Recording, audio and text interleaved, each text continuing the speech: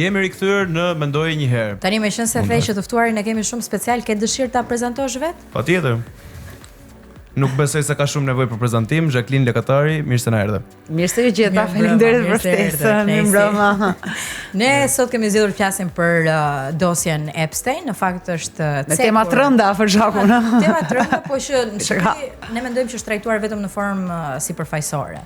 Fenomeni është shumë i madh, patjetër. Po, ajo që mendojmë është që ka ndikim edhe në shoqëri të tjera, edhe në shoqëri të vogla si kjo e jona. Patjetër. Se jo vetëm që ishte skandali më i madh botror sa i takon krimit, pedofilisë etj, po na tregoi se si elitat e mbrojnë njëra tjetrën edhe fshehin të vërtetën. Edhe duam të kuptojmë, a ekziston kjo edhe në Shqipëri? A ka Epstein, njerëz me epsh këtu?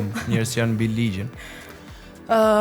Shiko, ajo çështja e dosjes Epstein tregoi që brenda sistemit ka një strukturë e cila abuzon me pushtetin dhe me vetë sistemin dhe me strukturën. Dhe kjo nuk është një lifestyle apo mënyrë se si jetojnë elitat apo njerëzit që kanë shumë para, po është një organizim i mirëfillt abuzimi. Dhe një sistem apo struktura të tilla abuzimi të ngjashme, pra jo në formën në të cilën ne e gjejmë në dosjen Epstein, por në forma të ngjashme, patjetër që e gjejmë edhe në Shqipëri. Në politikë, në qarqet e politikës, në qarqet e showbizit, në qarqet e televizioneve, nga thashethemet në korridore, nga shkrimet në portale, nga bisedat që ne bëjmë me njëri tjetrin në mënyrë informale. Ne dim që filania ka kaq shumë pushtet apo filania ka një kapital kaq të madh sepse mbrapa saj qëndron filani.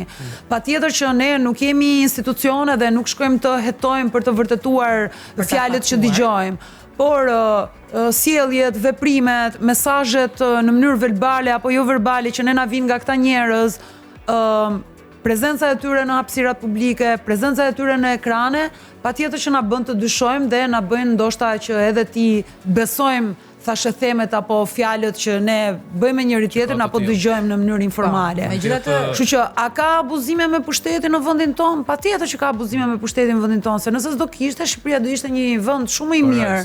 Dhe do ishte një vend më i shëndetshëm, ne do jetonim më të qetë, nuk do ishim kaq nervoz me njëri tjetrin. Mendoj që do kishim një jetë me më shumë dinjitet. Nuk do ishim të frustruar seksualisht. Nuk do ishim të frustruar, do ta respektonim njëri tjetrin, kështu që patjetër që në Shqipëri ka shumë skema abuzuese. Dhe fatkeqësisht skema e parabuzuese është ajo që kryen shteti ndaj qytetarit dhe patjetër që në këto institucione apo në këto piramida pushteti, ai që qëndron lart dhe që ka më shumë kapital, patjetër mund t'i përdorë të tjerët dhe të abuzojë me ta. Mendoj që ka. Mund ta bëjmë pak më konkrete, Zhak, se pedofili sigurisht ne e njohim si term edhe dim që ligji nuk ta lejon. Pra bëhet fjalë për marrëdhënie me të mitur. Pa dëshirë. Ndërkohë duket sikur në Shqipëri është krijuar një treg tjetër. Persona të tjerë që mund të jenë moshë madhore, po janë fuqishëm edhe të pushtetshëm, kanë biznese, qarkullojnë para, duket sikur po plotësojnë nevojat e vajzave të reja. Dhe këtu nuk i prek ligji, po i prek morali. Çfarë mendon për këtë fenomen të ri? Nuk e shoh si fenomen të ri, me thënë të drejtën. E shoh si një fenomen që ka lindur me njeriun apo me ndarjen e pushteteve, apo me ndarjen e roleve. Dhe ndarja e roleve gjinore ka ndodhur me ardhin e agrikulturës, pra kështu thon antropologët, që në momentin që erdhi bujqësia, njeriu kuptoi që duhet të krijonte një ndarje të tokës, një ndarje të kafshëve, një ndarje të pasurisë dhe një ndarje të gruas. Krijonte rend, pra. Po, dhe që aty në fakt ne kemi dhe zhvillime të ndryshme morfologjike të trupave të individëve. Pra, deri në kohën e bujqësisë, skeleti i burrit edhe i gruas kanë qenë të barabartë. Gruaja ka qenë fizikisht e fortë njësoj si burri. Në momentin që kapitali, ushqimi, pushteti e kishin burrat, ishin ato që e raciononin pastaj edhe për gratë, dhe aty filloi duke dobësuar dhe gruaja. Kështu që në sistemin që ne njohim sot dhe në këtë historinë botrore që ne kemi të shkruar dhe e njohim dhe e studiojmë, pushteti ka takuar gjithmonë burrave dhe hapësira i ka takuar burrave, politika, prona, paraja, këmbimet e parave, tregtia. Dhe kjo i ka bërë burrat që në mënyrë të vazhdueshme në çdo shoqëri të kenë situata privilegji. Dhe gruaja për të pasur për të mbijetuar në këto situata privilegji, i është dashur të lundrojë dhe ndonjëherë dhe të manipulojë personat që ka pasur përpara. Se duhet të ndodhi edhe sot në vitin 2026. Sepse dhe në vitin 2026 ne vazhdojmë të jetojmë në të njëjtën shoqëri patriarkale, ku pushtetin fatkeqësisht e kanë ende burrat, ku pazaret i bëjnë burrat, ku në tavolinë i ulen burrat, ku në odën e burrave janë vetëm burrat, dhe kur ti si grua që të fitosh një status dhe që të respektohesh dhe të që ulesh e barabartë, qoftë edhe në tavolina tregtare, qoftë edhe në tavolina komerciale, profesionale, duhet kesh një burr nga mbrapa. Prandaj edhe unë në moshën 44 vjeçare, besoj që ndonjëherë mund të keni edhe parë ndonjë intervistë time në podcast apo emisione të ndryshme. Një pyetje që mua më bëhet vazhdimisht është pse s'ke fëmijë dhe kur do martohesh? Pse si je martuar? Pse s'mojnë kaq shumë për këtë? Sepse duan njerëzit që ti të bësh fëmijë me patjetër. Pra, edhe unë se kuptoj se mitra është e imja, sepse njerëzit ndihen të rrezikuar nga liria e një personi tjetër dhe jo nga vendimi im, sepse vendimi im i të bërit apo ti mos bërit fëmijë nuk dikon fare në jetën e askujt. Ose ndoshta ne si shoqëri duam të dimë më shumë për jetën e tjetrit, dhe të vendosim për jetën e tjetrit. Kjo po. Sesa të merremi me veten tonë dhe të kuptojmë problemet tona dhe t'i përmirësojmë. Është liria që të shfaq tjetrin në mënyrë arrogante në thonjza që ty të bën të ndihesh keq, sepse ti nuk e ushtron dot atë liri, dhe kështu që ti atë lufton, të drejtën që ka tjetri për të zbatuar dëshirat e veta apo nevojat e veta. Në rastin tim, që nuk mendoj që martesa është statusi apo arritja më e madhe për një grua, apo nuk mendoj që mëmësia apo shtatzania e realizon një grua. Një grua mund të ndihet e realizuar në mënyra të ndryshme. Prandaj duke u kthyer te pyetja jote dhe te tema që ne po bëjmë, që po zhvillojmë dhe po bëjmë sot, unë them që pedofilia moderne. Nuk do ta quaja pedofili moderne, do ta quaja thjesht marrëdhënie të abuzimit të pushtetit. Pra, ku këta njerëz që kanë pushtet abuzojnë me këta persona të tjerë që nuk kanë kaq shumë pushtet dhe që kanë nevojë për para. Nga ana tjetër është një treg që ka një kërkesë dhe një ofertë, dhe kur ti si burr ofron vetëm para, personi tjetër që do rrihet pranë teje do të marrë vetëm paratë. Ndoshta si burr duhet ofrosh pak më shumë që gruaja të marr pak më shumë nga ty. Po ti vlerëson këtë modelin tjetër të djalit të mirë, ndjes Kedi, të tipit flasin për djem që duan të studiojnë, mësojnë, gjejnë një profesion, realizojnë pasionet e tyre, po vajzat nuk i zgjedhin, sepse kanë ardhur ditë vështira dhe mendojnë sa të strapacohem duke zgjedhur këtë individin dhe t'ja nis prap nga zero, siç mund të ketë bërë nëna ime apo babai im. Unë dua një realitet më komod, se kjo është ajo që po shitet tani, dhe ky është tregu tani. Nuk ka asgjë të keqe te kjo gjëja. Nëse ti mendon për veten tënde që nesër pas nesër do kesh një të ardhme dhe çfarë partneri do gjesh, patjetër që ti do kërkosh një njerëz që ka nivelin tënd ose është pak më mirë se sa ty. Dhe nuk ka asgjë të keqe te kjo gjëja. Dhe e di pse?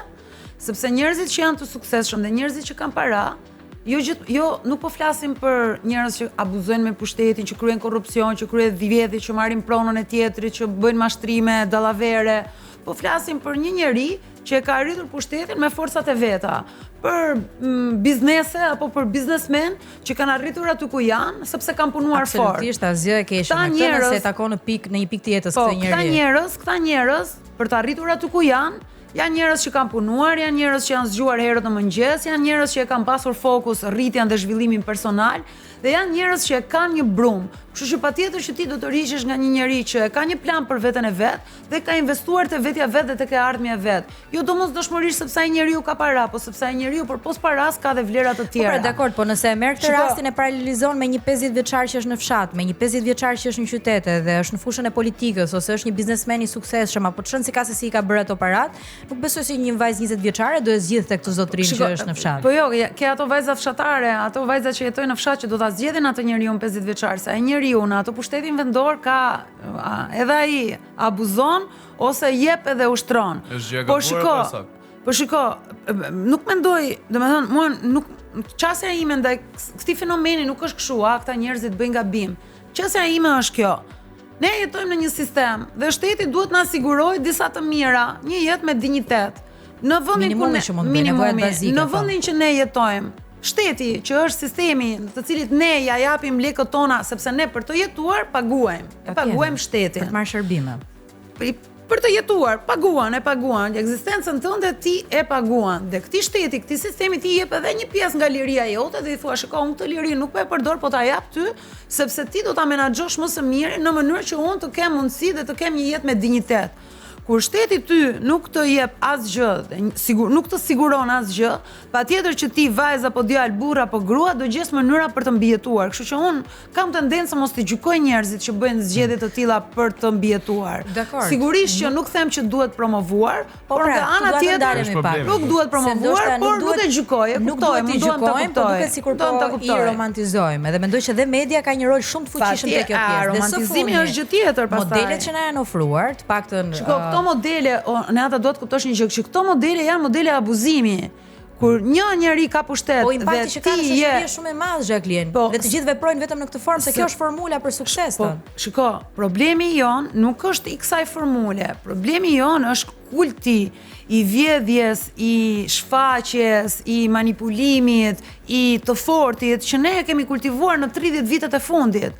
Prandaj kur ti më thua, ky djali që është jo aq i pasur, a do të ketë një mundësi që ta gjej një vajzë? Ai duhet gjej një grua me lekë edhe ky djali? Jo, duhet ta luftojmë ne këtë gjë, sepse jemi vetë ne pastaj që këtij djalit i themi po, i shkreti ky, hajt më. I shkreti, e kemi gati këtë. Pra, kjo është një kulturë e vjedhjes, e mashtrimit, e manipulimit, e të fortit, e ligjit të xhunglës, e pasurimit të shpejtë, që është krijuar jo sot, por që është krijuar direkt që në vitet e para të demokracisë, dhe them mund të ketë lindur edhe në komunizëm. Dhe kjo përfshin gjithë shoqërinë, nuk përfshin vetëm ta 50 vjeçarët me këto vajzat e reja. Është i gjithë një sistem i cili nuk funksionon mirë, është i kalbësuar dhe ndërlidhen gjithë fenomenet ose sjelljet antishoqërore me njëra tjetrën dhe kanë të gjitha një arsye, dhe arsyeja kryesore është varfëria. Sepse njerëzit kur kanë e paguajnë qeran, kur kanë punën, kur kanë një të ardhme, e kanë edhe shëndetin mendor më mirë, jetojnë dhe në paqe më mirë, raportohen më mirë me të tjerët, të raportohen më mirë edhe me veten. Në rrjet ndoshta ti e mbështet këtë, ishte deklarata një pedagogu që thotë që unë mendoj që gruaja nuk bën asnjë gjë.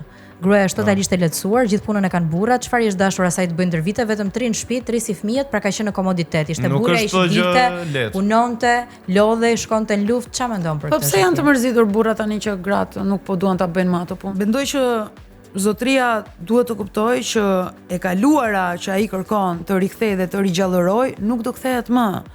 Dhe do apo s'do ai, gratë nuk do japin pushtetin që kanë marrë.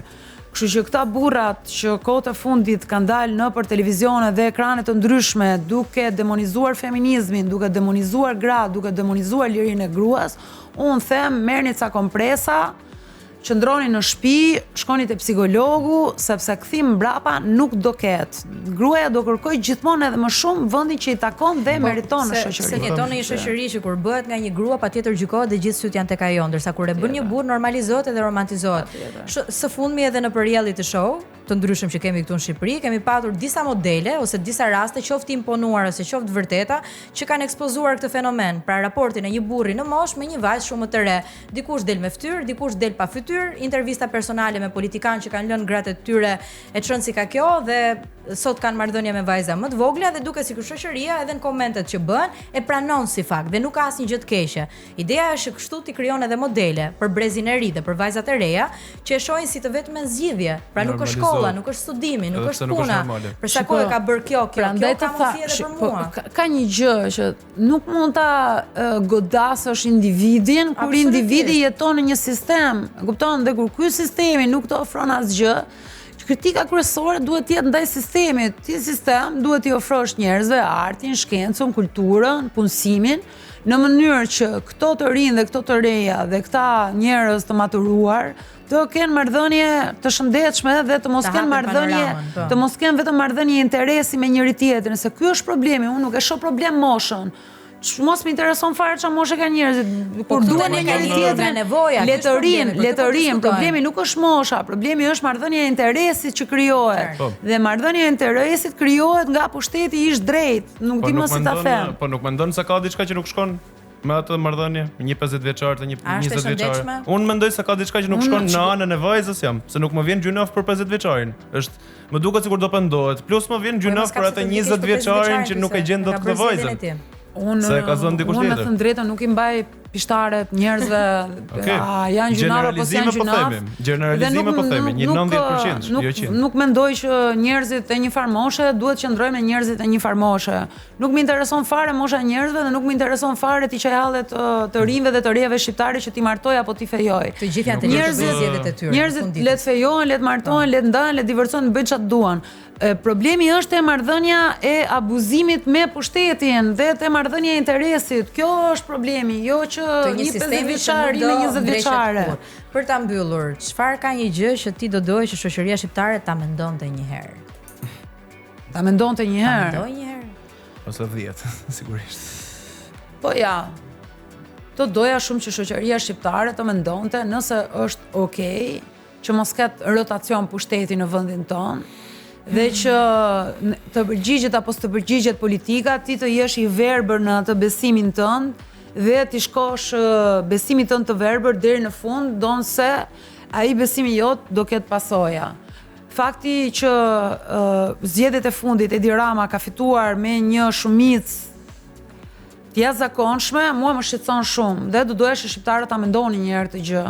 Ta mendonin, sepse pastaj kur dalin, proklamojnë, flasin, buçasin se sa shumë e duan shoqërinë, se sa shumë e duan familjen tradicionale, se sa shumë i duan fëmijët e tyre, atëherë unë filloj i vë gjërat në dyshim dhe filloj të ndoshta është 60% që edhe Rama. Filloj të pyes veten kush po gënjen. Të bëm përshtypje sa mblidhen për të pa Tirana versus Partizani dhe për atë zihen 730 kundër 650, por nuk dalin për atë që me Tiranën edhe fitoi Tirana, kështu që jo, forca Tirana.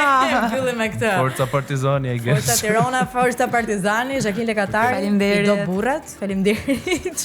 Jo, nuk i dua. Po, ndoshta i urrej. Fakti që ti nuk i urren, nuk do të thonë domosdoshmërisht që i do. Rëndësi ka ti jemi. Burrat janë aty dhe unë i respektoj për atë që janë, po për të dashur jam vjen keq. Rëndësi ka ti jemi të barabartë. Kjo do ishte mirë. Patjetër. Faleminderit që na ndoqët. Mendojeni një herë.